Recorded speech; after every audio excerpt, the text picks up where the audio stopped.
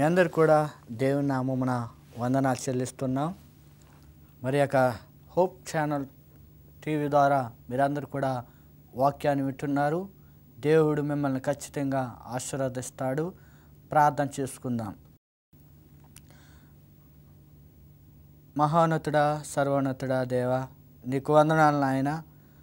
మరి యొక్క వాక్యాన్ని ధ్యానిస్తుండగా ప్రభా, ఈ యొక్క బిడ్డలు వింటుండగా ప్రభా, ఈ యొక్క బిడ్డలను దీవించండి. మరి ఈ యొక్క కుటుంబాలను కూడా దీవించమని యేసు పరిశుద్ధ ప్రార్థన చేస్తున్నాం తండ్రి, ఆమేన్. ఈ యొక్క విశ్వాసము ద్వారా మనం అనేకమైనటువంటి మనము దేవునిలో ఎదుగుతున్నాం. విశ్వాసము ద్వారా మరి అదేవిధంగా మన సాక్ష్యము ఇస్తున్నాం. ఈరోజు మన యొక్క అంశము విశ్వాసము ద్వారా నువ్వు సాక్ష్యము ఇస్తున్నావా లేదా. విశ్వాసము ద్వారా మనం అనేకమైనటువంటి మేలులు మనం పొందుతున్నాం. విశ్వాసము ద్వారా మన యొక్క కుటుంబాల్లోనూ దేవుడు మంచి రీతిగా నడిపిస్తున్నాడు. నా యొక్క జీవితంలో చూసుకున్నట్లయితే దేవుడు గొప్ప సాక్షిగా నన్ను వాడుకుని ఉన్నాడు. నా యొక్క చిన్నతనంలో నేను మరణిస్తానేమో అనుకున్నాను. నా యొక్క కుటుంబంలో నా యొక్క తల్లి కూడా విశ్వాసము లేదు. ఎందుకంటే మరలా బతుకుతాడో లేదా అనేది ఆ యొక్క విశ్వాసము కోల్పోయి ఉన్నది. నా యొక్క తల్లి కూడా ఎంతగానో ప్రార్థించున్నది. తర్వాతగా నేను కొంచెం ఎదిగొచ్చేటప్పుడు అప్పుడు కూడా అనుమానంగానే ఉండి ఉన్నాను, నేను బ్రతుకుతానా లేదా అనేది. ఎందుకంటే మా యొక్క గ్రామంలో అనేక మంది బిడ్డలు చనిపోవడము, మరి అదే రీతిగా నేను కూడా ఉంటానేమో అని నా యొక్క తల్లి బాధపడి ఉన్నది. ఒకే ఒక తీర్మానం తీసుకుని ఉన్నది నా యొక్క తల్లి. ఈ యొక్క బిడ్డ కానీ బ్రతికినట్లయితే నీ యొక్క సేవకు నేను అంకితం చేసుకుంటానయా అనేసి నా యొక్క తల్లి అన్నది. ఆ రీతిగానే నేను నా యొక్క చిన్నతనంలో నుండి గుడికి వెళ్ళడము, అలాగా దేవుని యొక్క వాక్యము వినటము ఇలా జరుగుతుండగా నేను ఆ యొక్క చిన్న తరగతుల్లో నేను ఎంత వెనకబడినప్పుడు కూడా నన్ను అసహించుకునేవారు. నా యొక్క టీచర్లు కూడా అసహించుకునేవారు. వెనక బెంచ్లో నన్ను కూర్చోబెట్టేవారు. నేను అప్పుడు కూడా ఎంత బాధ ఉన్నప్పుడు కూడా నేను ఆ యొక్క బాధని నా యొక్క తల్లి దగ్గరికి వచ్చి చెప్పుకునేవాడిని. అంత అసహ్యంగా నేను ఉండేవాడిని. ఒకరోజు నేను తీర్మానం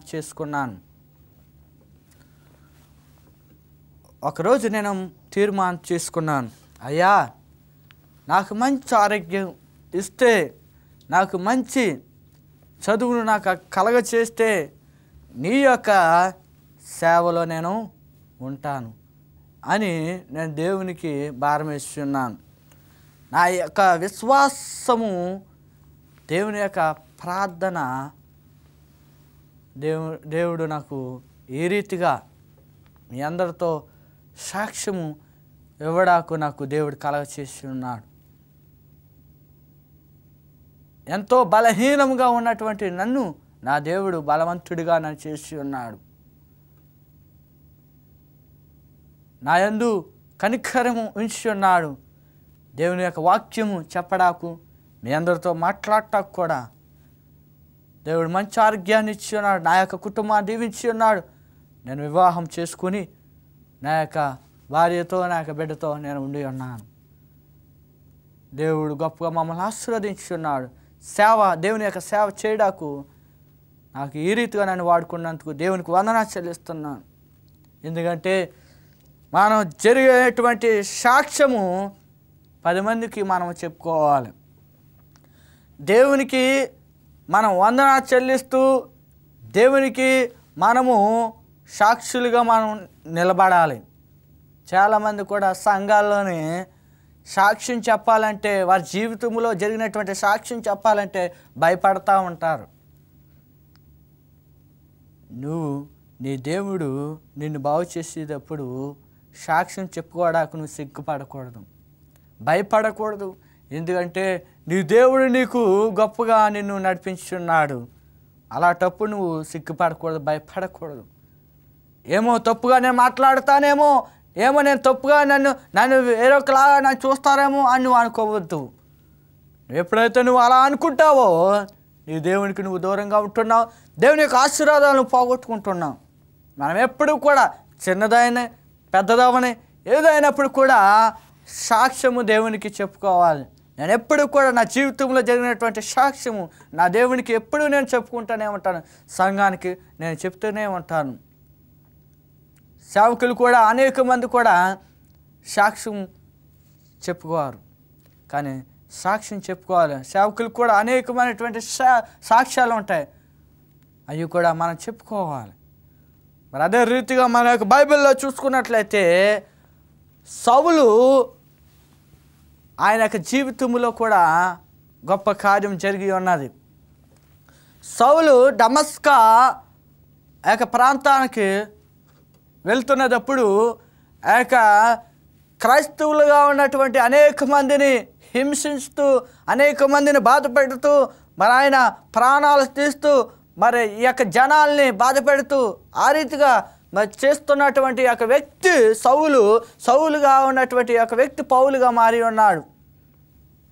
ఆయన కూడా సాక్ష్యం ఇచ్చి ఉన్నాడు. ఆయన యొక్క జీవితంలో ఎంతో మూర్ఖత్వముగా ఆయన నడిచి ఉన్నాడు. ఎంతో మరి భయంకరంగా ఉన్నటువంటి యొక్క వ్యక్తి దేవుని యొక్క సన్నిధికి వచ్చేటప్పుడు, దేవుని యొక్క మరి స్వప్నము ఆయన మరి చూసేటప్పుడు, దేవుని యొక్క స్వరము విన్నదప్పుడు ఆయన ఎంతో భయంకరంగా ఉన్నటువంటి ఆ యొక్క సౌలు మరి యొక్క పౌలుగా మారేటప్పుడు ఆయన సాక్ష్యం ఇచ్చి ఉన్నాడు. ఆయన సాక్ష్యం చెప్పేటప్పుడు అనేక మంది పారిపోయేవారు, పౌలుని చూసి పారిపోయేవారు.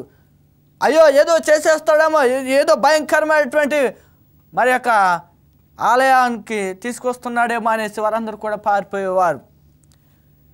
ఎంత భయంకరమైనటువంటి స్థితిలో ఉన్నప్పుడు కూడా పౌలు సాక్ష్యం ఇవ్వడం జరిగి ఉన్నది. ఆయన యొక్క జీవితంలో మరి కూడా ఆయన యొక్క ప్రయాణంలో కూడా అనేకమైనటువంటి కష్టాలు వచ్చేటప్పుడు కూడా, ఎక్కడ ఏం జరిగినప్పుడు కూడా సాక్ష్యం ఇచ్చేవాడు. ఆ రీతిగా నువ్వు కూడా నీ దేవునికి ఎప్పటికప్పుడే నువ్వు సాక్ష్యం ఇస్తూ, ఎప్పటికప్పుడే దేవునికి వందన చెల్లిస్తూ ఆయన యొక్క సాక్షిగా నువ్వు నిలబడాలి. ఐగుప్తు ప్రాంతంలో కూడా అనేకమైనటువంటి దేవుని కార్యాలు జరిగి ఉన్నాయి. ఐగుప్తు ప్రాంతంలో మరి ఆ యొక్క మోషే ద్వారా దేవుడు కార్యాలు చేసి ఉన్నాడు. ఆ యొక్క మోషే యొక్క కార్యాలన్నీ కూడా దేవుని ద్వారా జరిగించి ఉన్నాడు. అవన్నీ కూడా మనం వింటున్నాం, అవన్నీ కూడా మనం చూస్తున్నాం. మరి గొప్ప సాక్షులుగా మనం కూడా ఉంటున్నాం, మనం వింటున్నాము, చూస్తున్నాము. ఇవన్నీ కూడా దేవుని యొక్క వాక్యాన్ని మనం గొప్ప సాక్షులుగా మనం ఉండాలి. దేవుని యొక్క వాక్యాన్ని కూడా మనం 10 మందికి కూడా మనం చెప్తూ ఉండాలి. దేవుని యొక్క వాక్యము మరి అనేక మందికి కూడా విస్తరించాలి. దేవుని యొక్క వాక్యము చెప్పడానికి చాలామంది కూడా సిగ్గుపడుతూ ఉంటారు. అయ్యో నేను చెప్పలేను, నాకు భయం వేస్తుంది అంటూ ఉంటారు. దేవుని యొక్క సన్నిధిలో నీకు అవకాశం వచ్చినట్లయితే, దేవుని యొక్క వాక్యము నువ్వు చెప్పాలని నీకు అవకాశం వచ్చినప్పుడు నువ్వు ఆ యొక్క అవకాశాన్ని పోగొట్టకూడదు. నేను చెప్తాను అని నువ్వు లేచి నువ్వు యొక్క దేవుని యొక్క వాక్యాన్ని నువ్వు చెప్పాలి. మంచి సాక్షిగా నువ్వు నిలబడాలి. నువ్వు మంచి సాక్షిగా నువ్వు నిలబడినట్లయితే దేవుడు నిన్ను ఖచ్చితంగా జ్ఞానం ఇచ్చి నిన్ను ఆశీర్వదిస్తాడు. నా చిన్నతనంలో నేను కూడా అంతే, నాకు వచ్చినా రాకపోయినా దేవుని యొక్క వాక్యము చెప్పేసేవాడిని, ఏదో రీతిగా నా ప్రసంగం చెప్పేవాడిని. దేవుడు ఆ రీతిగా నన్ను మంచి జ్ఞానం ఇచ్చి, మంచి ధైర్యాన్ని ఇచ్చి, నా దేవుడు మంచి సాక్షిగా నన్ను నిలబెట్టి ఉన్నాడు. దేవుని యొక్క వాక్యం చెప్పడం మనందరికి కూడా భయమే, కానీ దేవుని యొక్క వాక్యము చెప్పడం మనందరం కూడా ధైర్యం తెచ్చుకోవాలి. అయ్యా నేను మాట్లాడలేనయ్యా అన్నాడు మోషే, కానీ దేవుడు మోషేతో ఉండి మాట్లాడించున్నాడు. ఆరోను కూడా ఏర్పాటు చేసి ఉన్నాడు. మోషే కూడా మరి వారందరిని కూడా నడిపించి ఉన్నాడు. ఆ రీతిగా దేవుడు నిన్ను వాడుకుంటాడు. మంచి సాక్షులుగా మనం ఉన్నట్లయితే, మరి మంచి సాక్షులుగా మనం ఉండాలి. రాహాబు చూసుకున్నట్లయితే, యెహోషువలో మరి చూసుకున్నట్లయితే, మరి రాహాబు యొక్క మరి సాక్ష్యం పలికి ఉన్నది. ఇద్దరు వ్యక్తులు మరి ఆ యొక్క పట్టణానికి వచ్చేటప్పుడు రాజుగారు మనుషులు పంపించి ఉన్నారు. ఇదిగో మీ ఇంటికి మరి వచ్చి ఉన్నారు ఇద్దరు వ్యక్తులు, వారిని కిందకి మరి యొక్క బయటకు తీసుకుంటారా అనేసి చెప్పినప్పుడు ఆమె ఆ యొక్క మిద్ది పైన ఉంచి ఉన్నది వారిని. ఎందుకంటే దేవుని యొక్క సేవకులను దాచి ఉన్నది. వీరిని చంపేస్తారేమో అని ఆ వారిని చక్కగా దాచి ఉన్నది. వారు వెళ్ళిపోయిన తర్వాత వారిని కిందకి దింపి ఉన్నది. మీ దేవుడు చక్కగా మరి అన్ని కార్యాలు చేసి ఉన్నాడు అనేసి ఆమెకి తెలిసినటువంటి సాక్ష్యము ఆమె పలికి ఉన్నది. ఆ యొక్క సాక్ష్యము పలికేటప్పుడు వారిద్దరు కూడా సంతోషం కలిగి ఉన్నది. దేవుని యొక్క వాక్యము మరి అన్యుల్లో కూడా దేవుడు వాడుకుంటున్నాడు. క్రైస్తవులు మరి చాలామంది కూడా క్రైస్తవుల కన్నా అన్యులు కూడా దేవుని యొక్క వాక్యం తెలుసుకుంటున్నారు. దేవుని యొక్క వాక్యము వారు కూడా చక్కగా చెప్తున్నారు.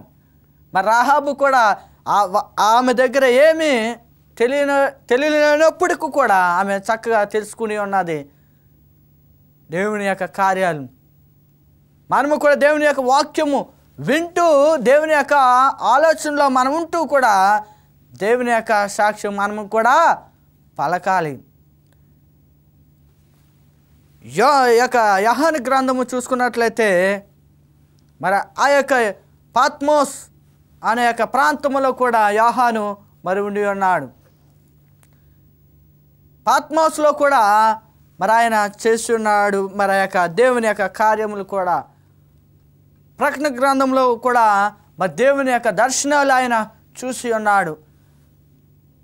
అవన్నీ కూడా మరి ఈ యొక్క 7 సంఘాలకు కూడా ఆయన సాక్ష్యం ఇచ్చి ఉన్నాడు. దేవుని యొక్క రాకడు ఏ రీతిగా ఉంటుంది, దేవుని యొక్క ముందు మనం ఏ రీతిగా మనం ఉండాలి అనేసి ఈ యొక్క సంఘాలు అన్నిటికి కూడా ఆయన సాక్ష్యం చెప్పడం జరిగి ఉన్నది.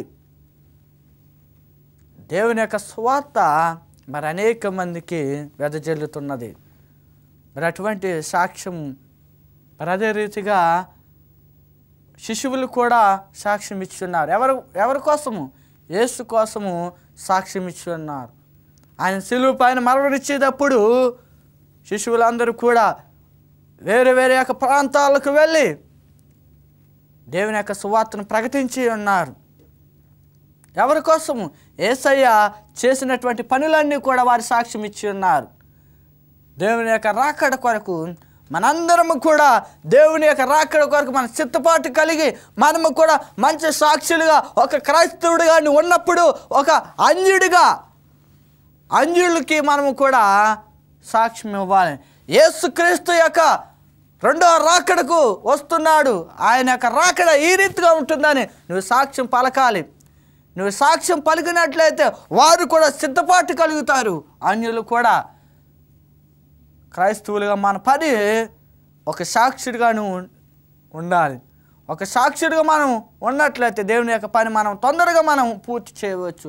మన సాక్ష్యం చెప్పట్లేదు, దేవుని యొక్క సాక్ష్యం మనం చెప్పట్లేదు కాబట్టి దేవుని యొక్క సువార్త ఇంకనూ కూడా వెనకబడిపోతున్నది. మన దేవుని యొక్క శక్తిని మనం పొందాలి. ప్రవక్తలందరూ కూడా దేవుని యొక్క వాక్యాన్ని వెదజల్లి ఉన్నారు. నీ యొక్క కుటుంబంలో నువ్వు కూడా దేవుని యొక్క వాక్యాన్ని వెదజల్లాలి. వెదజల్లినట్లయితే మరి అనేక మంది రక్షణలో ఉంటారు. నీ కుటుంబాన్ని నువ్వు ఎంత జాగ్రత్తగా నువ్వు చూసుకుంటున్నావో, నీ కుటుంబంలో ఎంత జాగ్రత్తగా అన్నీ కావలసినటువంటి సమకూరుస్తున్నావో, ఈ లోకములో దేవుని యొక్క కుటుంబముగా మనమందరం కూడా, దేవుని యొక్క బిడ్డలుగా మనమందరం కూడా దేవుని యొక్క పనిని మనమందరం కూడా చేయాలంటే మన సాక్షులుగా ముందు మన యొక్క సాక్ష్యం చెప్పుకోవాలి. తర్వాత దేవుని యొక్క సాక్ష్యం కూడా మనం మర్చిపోకుండా దేవుని యొక్క సాక్షులుగా మనం కూడా ఉండాలి. దేవుని యొక్క వాక్యము మన గొప్ప సాక్ష్యము మనకి. దేవుని యొక్క వాక్యము, దేవుని యొక్క పరిశుద్ధ గ్రంథము మనకు గొప్ప సాక్ష్యము. దేవుని యొక్క సువార్త వెదజల్లటాకు చాలామంది కూడా దేవుని యొక్క సాక్ష్యం చెప్పమంటే, వారి యొక్క జీవితంలో జరిగినటువంటి సాక్ష్యం చెప్పమంటే చాలామంది కూడా దేవుడు నాకు గొప్పగా నన్ను ఆశీర్వదించి ఉన్నాడు, నన్ను దీవించి ఉన్నాడు, ఆయనకు మేలును బట్టి నా యొక్క కుటుంబంలో ఎటువంటి కష్టం ఉండలేదు, ఎటువంటి నష్టం ఉండలేదని ముందుగా దేవునికి వందనాలు చెల్లించరు. ముందు దేవునికి వందనాలు చెల్లించి నీ సాక్ష్యం ఏంటనేది నువ్వు సాక్ష్యం చెప్పాలి. తర్వాత నీ సాక్ష్యం అయిపోయిన తర్వాత దేవుని కూడా విడిచిపెట్టేస్తున్నారు చాలామంది కూడా. ఆరాధనకు వచ్చినంత వరకు దేవునిలో ఉంటారు. ఆరాధన అయిపోయిన తర్వాత ఇళ్ళకి వెళ్ళిన తర్వాత ఎవరి పని వారు చేసుకుంటూనే ఉంటున్నారు. దేవుని యొక్క సన్నిధిలో ఏం చెప్పి ఉన్నారు, దేవుని యొక్క వాక్యం ఏం చెప్పి ఉన్నారు అని కుటుంబముతో ఎప్పుడైనా సరే కూర్చుని నువ్వు మాట్లాడి ఉన్నావా? దేవుని యొక్క సాక్షులుగా మీరు ఉన్నదప్పుడు దేవుని యొక్క వాక్యాన్ని ధ్యానించి ఉన్నారా ఎప్పుడైనా? గుడి నుంచి రాగానే, ఆలయాల నుంచి రాగానే ఎవరి పని వారు చేసుకుంటున్నారు. దేవుని యొక్క సాక్ష్యము నీతోనే అంతం అవ్వకూడదు, నీతోనే ఆగిపోకూడదు.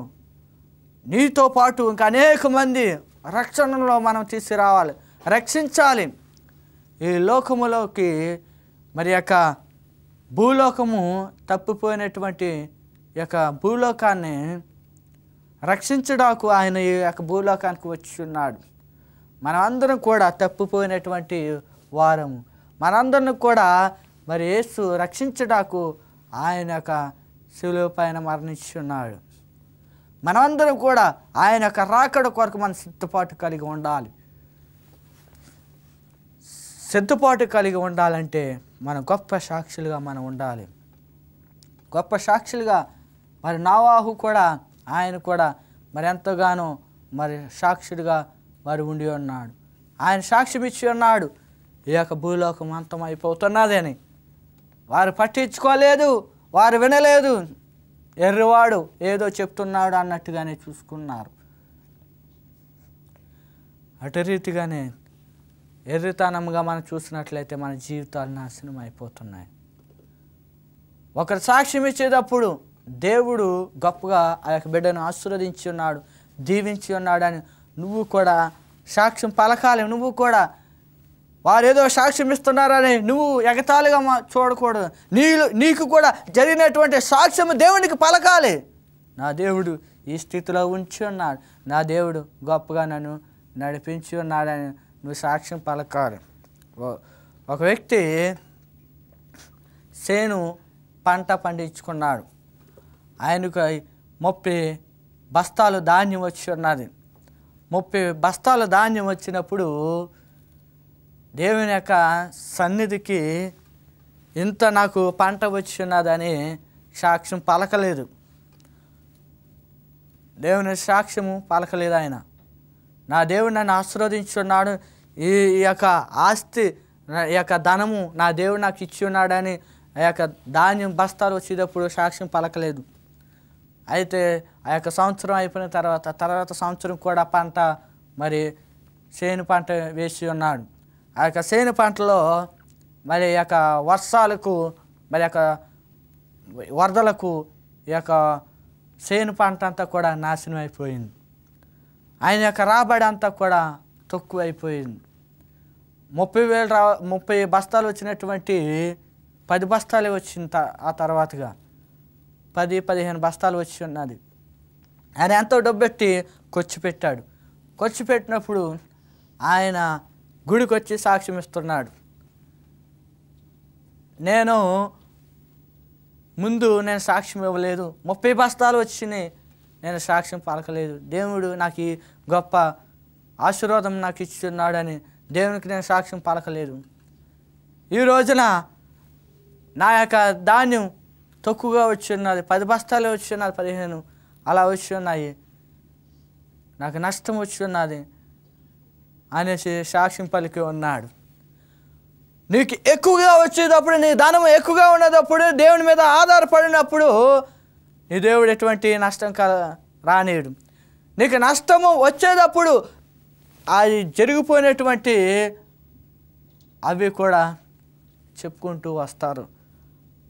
ముందుగా వారు చెప్పరు, నా దేవా ఈ యొక్క ధనాన్ని నాకు ఇచ్చి ఉన్నావని చెప్పరు. నష్టం వచ్చిన తర్వాత నాకు ముందు ఉన్నటువంటి ఆస్తి లేదు, తర్వాత నేను నష్టపోయాక ఇది నాకు నష్టం వచ్చిందని చెప్తా ఉంటారు సాక్ష్యం. దేవునికి ముందుగా మనం ఎలా ఉంటున్నాము, తర్వాత ఎలా ఉంటున్నాము, ఆ రీతిగానే మనం ఒకే రీతిగా దేవుని యొక్క సాక్షులుగా మనం ఉండాలి. యేసుక్రీస్తు యొక్క భూలోకానికి వచ్చేటప్పుడు ఆ యొక్క రాకడ కొరకు కూడా ఆయన చెప్పుకుంటూనే వచ్చి ఉన్నాడు. ముందు ఏ రీతిగా అయితే ఉండి ఉన్నాడో చివరి వరకు మరి ఆయన ఆ రీతిగానే ఉండి ఉన్నాడు. ఈ యొక్క భూలోకములో రెండో రాకడ వచ్చే వరకు కూడా ఆయన ఆ రీతిగానే ఉంటాడు. ఎప్పుడు ఒకే రీతిగా ఉంటానని సెలవిచ్చి ఉన్నాడు. ఆయన యొక్క భూలోకానికి వచ్చి ఉన్నాడంటే దేని కొరకు వచ్చి ఉన్నాడు? పరలోక రాజ్యము ఏ రీతిగా ఉంటుంది, పరలోక రాజ్యములో ఏ రీతిగా మనం ఉండాలి అనేది ఈ యొక్క భూలోకము అంతా కూడా గొప్ప సాక్ష్యం పలికి ఉన్నాడు. యేసుక్రీస్తు ఈ యొక్క భూలోకములో ఏం పలికి ఉన్నాడు? గొప్ప సాక్ష్యం పలికి ఉన్నాడు. ఆ రీతిగా దేవుని బిడ్డ నువ్వు కూడా దేవుని యొక్క సాక్ష్యం నువ్వు పలకాలి. నీ జీవితంలో దేవుడు చేస్తున్నటువంటి సాక్ష్యం నువ్వు పలకాలి. మరి అనేక మంది మరి గృహాల్లో మరి ఉంటున్నారు. నీ బిడ్డల్లో, నీ యొక్క భర్తలో, నీ యొక్క భార్యలో, నీ కుటుంబంలో జరిగినటువంటి సంఘటనను మన దేవునికి సాక్ష్యం ఇవ్వాలి. ఎప్పుడైతే మనం సాక్ష్యం ఇస్తామో దేవుడు మన కుటుంబానికి ఇంకను కూడా మేలుకరంగా ఉంచుతాడు, మంచి ఆశీర్వాదం మనకు ఉంచుతాడు. నువ్వు గొప్ప సాక్షుడిగా నువ్వు వాడబడాలి. ఒక వ్యక్తి ఇంట్లో నుంచి బయటికి గెంటి వేస్తున్నారు.